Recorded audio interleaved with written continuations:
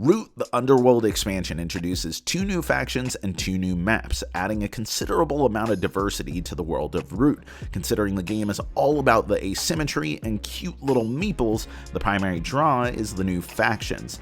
The more straightforward of the two is the Underground Duchy, a mole fiefdom that starts slow and then snowballs into massive power.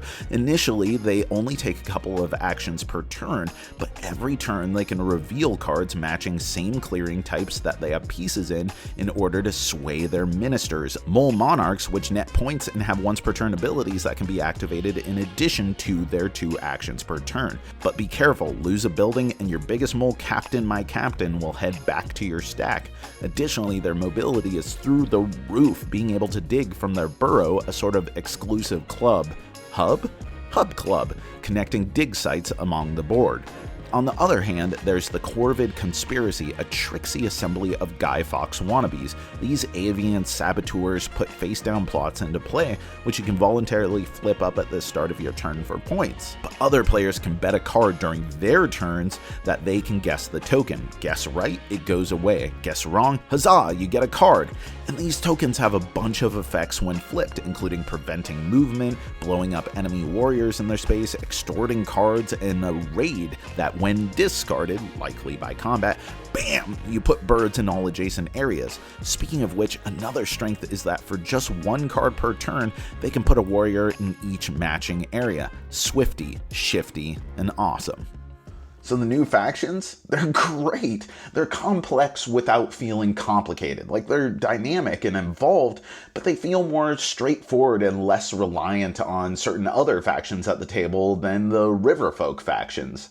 That said, I think my favorite thing about them isn't necessarily how they play, which is cool, but the overall effect that they have on the game. I mean, the Corvids add suspense and intrigue by way of their plot tokens, which is further complicated by the fact that they have the ability to swap those tokens around from clearing to clearing, whether they're face up or face down.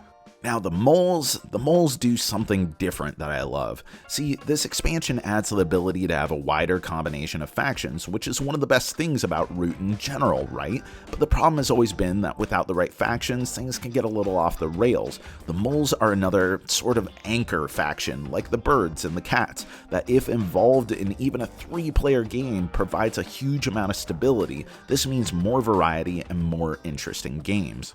They both feel powerful, creative, and best of all, organic within Root. Unlike something just bolted on as an afterthought, they feel like they belong among all the other factions so far. But that's not all that this expansion has. Let's talk about the maps. The Underground map has blocked tunnels limiting mobility, but once per turn a player can spend a card to remove a tunnel and gain a point. If you control the central clearing with the tower, you get another point at the end of your turn. It's like a claustrophobic King of the Mountain that changes up tried and true strategies for existing factions. On the other hand, the lake map has a raft that once per turn can be used to travel to another lakeside clearing, drawing a card. While this provides some interesting options, I saw it used far less than expected in games that I played, with players preferring to maintain control of it and only use at critical times. Similar to the factions, what's nice about the maps is that they have an overall global effect on the very nature of Root itself, adding some variety without throwing anything out of whack, and it is a nice bonus that even if either of the new factions don't show up in a given game, you still have something from this faction that you can play around with. Speaking of which, as part of the Kickstarter for the Underworld expansion, Leader came out with a couple other bits and bobs that are going to be sold separately, but are worth talking about. As a nice cosmetic upgrade, there are resin clearing markers to replace the comparatively sad cardboard chits from the base game. These are awesome and add some dimension to the board, but if I'm being honest, I usually just go with whatever the map's suggested setup is for fear of throwing off the balance. Also, there are freaking Vagabond meeples. These things are adorably amazing and also come with a couple new Vagabonds to play as. I love the personality that these offer, and the new Vagabonds are always welcome. Lastly, the Exiles and Partisans deck, a new deck of cards to be switched out with those from the base game. The standard crafting, dominance, and ambush cards remain unchanged, but there are 20 new persistent powers available to craft. Fierce, deadly, and fascinating. Of all the add-ons, this one is the most critical. I mean, it's almost as exciting as anything in the expansion itself. The ability to add more hits in certain clearings, the ability to replace opponents' warriors with your own, or even capturing some of the thematic and mechanical essence of other factions through the crafted persistent abilities is super rad.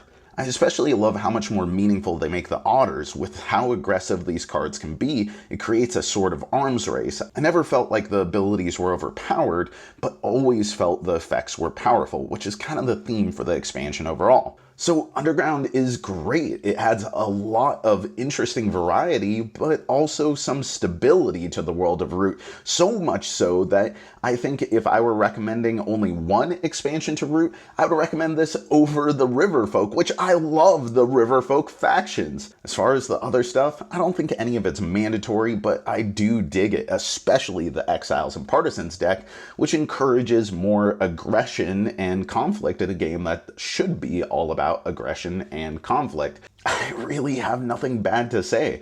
So if you like Root, then I totally recommend the Underground expansion. And that's our review. Thank you so much for watching. I've been Jack for the Cardboard Herald. If you enjoyed this video, we have all kinds of other reviews, interviews, and recommendations via writing, podcasts, and video here on our channel and website cardboardherald.com.